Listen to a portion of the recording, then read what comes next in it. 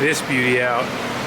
For those of you who haven't seen it yet, this is a pretty badass project that we've been working on. And it's an ever evolving setup. And we've been testing it and tweaking it and changing little things on it. And recently, we went to this really cool new trigger kit. So cool, all adjustable. And it works really well with the Haltech and allows us to get some really fine resolution for tuning.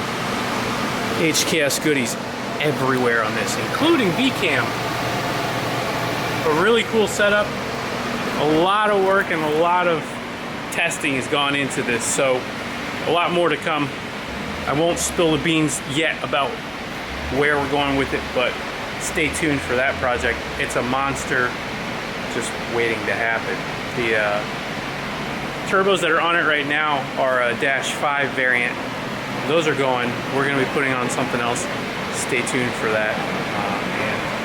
And also, if you haven't seen the cars that we got in, we got a new load of cars. This one is sold.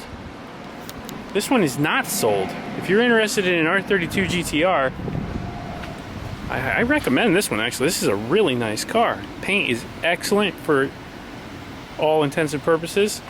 It's got some goodies on it, an intercooler, stuff like that. Interior is pretty sweet. It's got a 4-point cage in it, which is kind of rare. It's got a nice little bucket. Some Japanese goodies. But this 4-point bolt-in cage is pretty cool. Goes all the way around up in there. And then the real joy on this one is under the hood. If you haven't seen it yet. I just noticed it has a Laurel floor mat. Has R33 wheels. Those are 33 GTR wheels. But under the hood, R34 engine. Pretty cool. Different. So if you're interested in this car, hit us up. We got a lot of inquiries already. Also, there we go. Also, we've got this 4-door 32. This is a GTS 4 or GTS T4, whatever you want to call it. It's turbo, but it's all-wheel drive. So if you want to build an all-wheel drive 4-door GTR, if you know what I mean, this is for you. Turbo again, and a manual transmission. Pretty sweet, not too bad. Some good stuff there.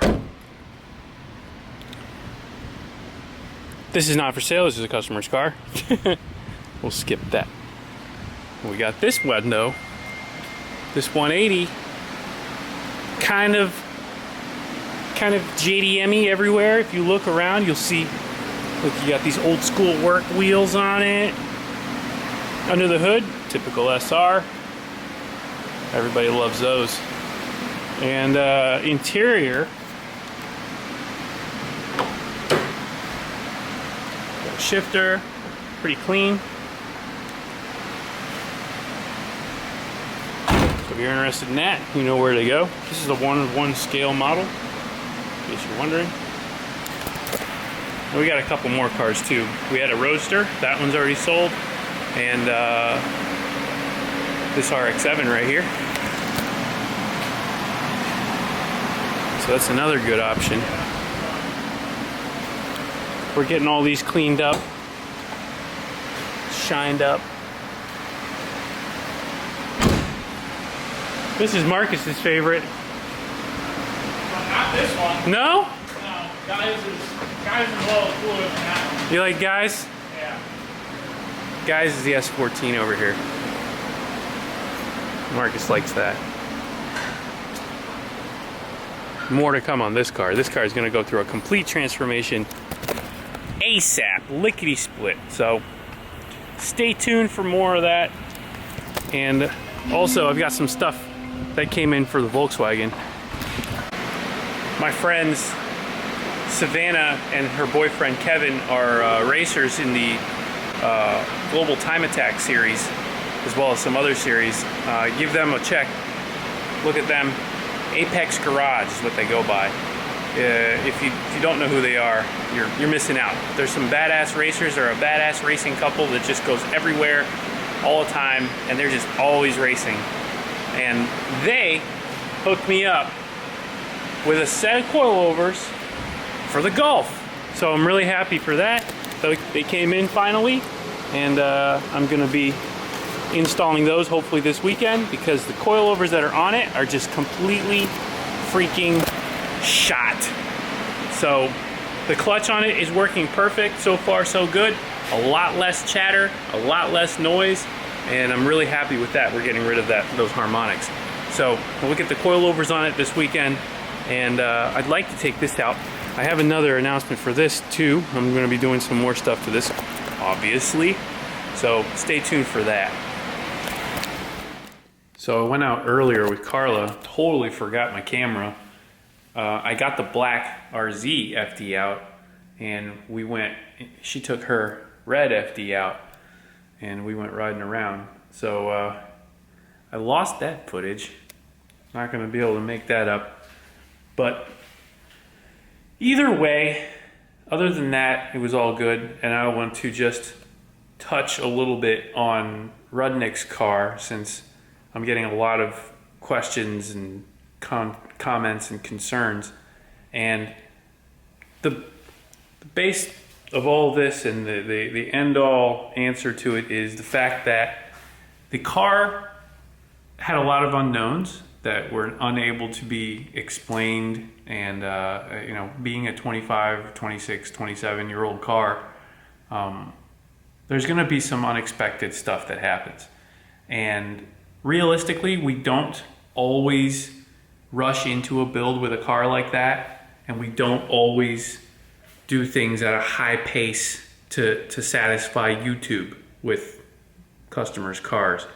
That's why it takes literally months for cars to get done in the shop. So I'm not saying that you know, that everyone's 100% innocent on this, but the idea is that it happened. The car did, in fact, lose, I'm pretty sure, lose a main bearing, and it's not the first time that's happened. It's happened to me. It's happened to me. So it can happen to anyone, I guarantee you. But I've always said, it's not about how you do things, per se, or how you act in the moment, but how you pick up the pieces and how you react. So realistically, I expect that motor to get built anyway. I think everyone did, including Rudnick himself. And I don't think that he's in any way disappointed with the car. It's just par for the course when it comes to bad stuff happening to him. So we got plans for that motor anyway. We are gonna be building it. It is gonna be a monster. It wasn't gonna be a stock motor making 600 horsepower. And everything that's happened to this point is really just water under the bridge as far as I'm concerned. Rudnick knew what he was getting into when we pushed that car, and we always know what we're getting into when we decide to put certain parts and do certain things with these cars.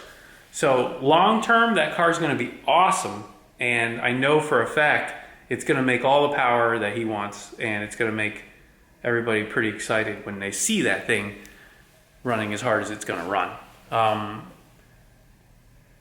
I think that the stock turbos realistically shouldn't have been pushed that hard, and clearly I made that pretty apparent in his video when he asked me to push it as hard as we could. But I don't think that that is the sole contributing factor to the failure, and I don't think that coil packs alone are going to cause that kind of a failure as well.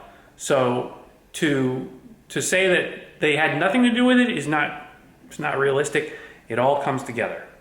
If you have enough issues with something at some point, the whole thing's going to come apart. So realistically, that motor was pushed. That motor was old, and that motor is going to be new, and it's going to be a lot better than it was. So let's all rally together. Let's make Rudnick do the right thing, and really build that thing, because I want to see that thing make big power, and I know he does too. So onward, upward, and I just can't wait to see that thing rock. Let's go.